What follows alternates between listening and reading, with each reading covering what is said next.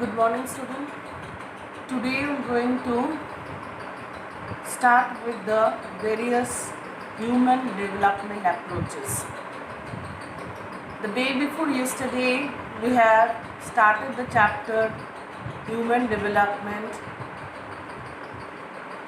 We have learned about what is human development, what is the difference between growth and development, and the various four pillars of human development we have discussed.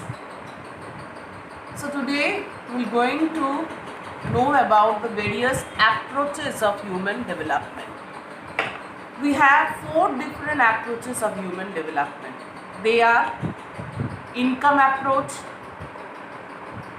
welfare approach,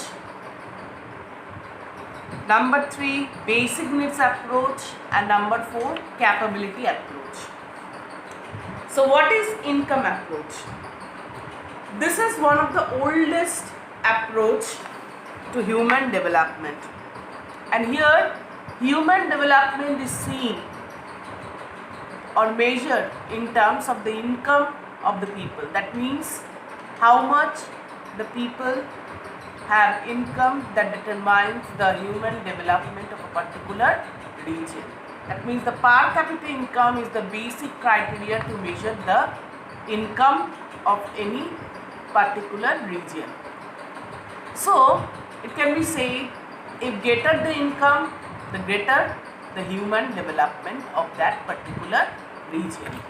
So the income approach is one of the oldest approach to human development, and human development is seen as being linked to income. The idea is that the level of income reflects the level of freedom or individual choice.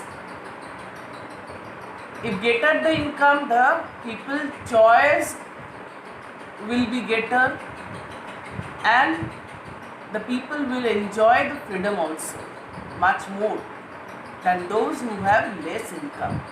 So higher the level of income, the higher is the level of human development that the income approach tells. Next is the welfare approach. According to the name welfare, that means the general well-being of the people. This approach looks at human beings as beneficiaries or targets to all developmental activities. The approach argues for higher government expenditure on education, health, and secondary amenities or civic amenities that individual needs.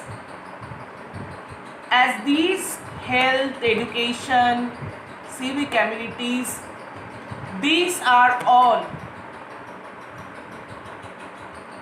directly bringing the welfare of the people. That's why those amenities or facilities are needed in order to bring the human development.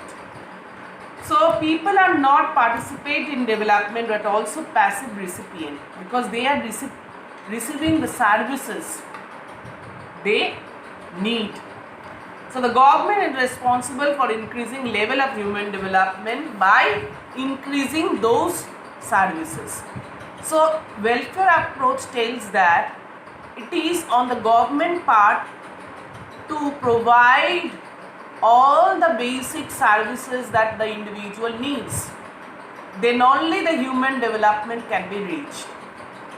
In the first approach, that is income approach, only the income as the criteria being taken in order to measure the human development. But as this is the old approach, the income approach, so at that time the economists had not think about the other related criteria that also measure human development. So the second approach, that is the welfare approach, think about the other criteria for measuring the human development, such as health, education, basic facilities and amenities that an individual needs in order to sustain their life. So such amenities, such healthcare facilities, education will be provided by whom? By the government of that particular nation or a country. So This is the second approach, that is the welfare approach, that deals with the well-being of the people and the welfare of the people, and thus if the welfare of the people can be achieved, then the development can be achieved in that region. The third approach is the basic needs approach. Here the basic needs implied what? The food, clothing, shelter, these are the basic necessities of life. So this approach was initially proposed by the International Labour Organization. It has been given by the International Labour Organization, and the 6 basic needs are taken into consideration by ILO. They are health, education, food, water supply, sanitation and housing. So these are the basic needs which every individual needs in order to sustain their life. So the question of human choices is ignored and the emphasis is being given to the provision of basic needs of individual. So here in the basic needs approach, neither the income is taken into consideration or enlarging the choices of the people in order to have human development is not taken into consideration, but only the basic needs have been taken into consideration. That means fooding, education, healthcare, housing, sanitation, water supply, these are taken into consideration in order to achieve human development. So that is the basic needs approach tells. So the basic needs approach tells that the basic needs of an individual should be fulfilled. Then only that nation or that country can be said as developed. Otherwise, it can be termed as underdeveloped countries. The fourth is the capability approach. What is that? This approach is associated with Professor Amartya Sen, and the building human capabilities is the areas of health, education and access to resources. So how the capacities or the capabilities can be built among people? By providing basic healthcare facilities, education and proper access to resources. Then only the people will have or will be able to build their capabilities. That means they can enlarge their choices,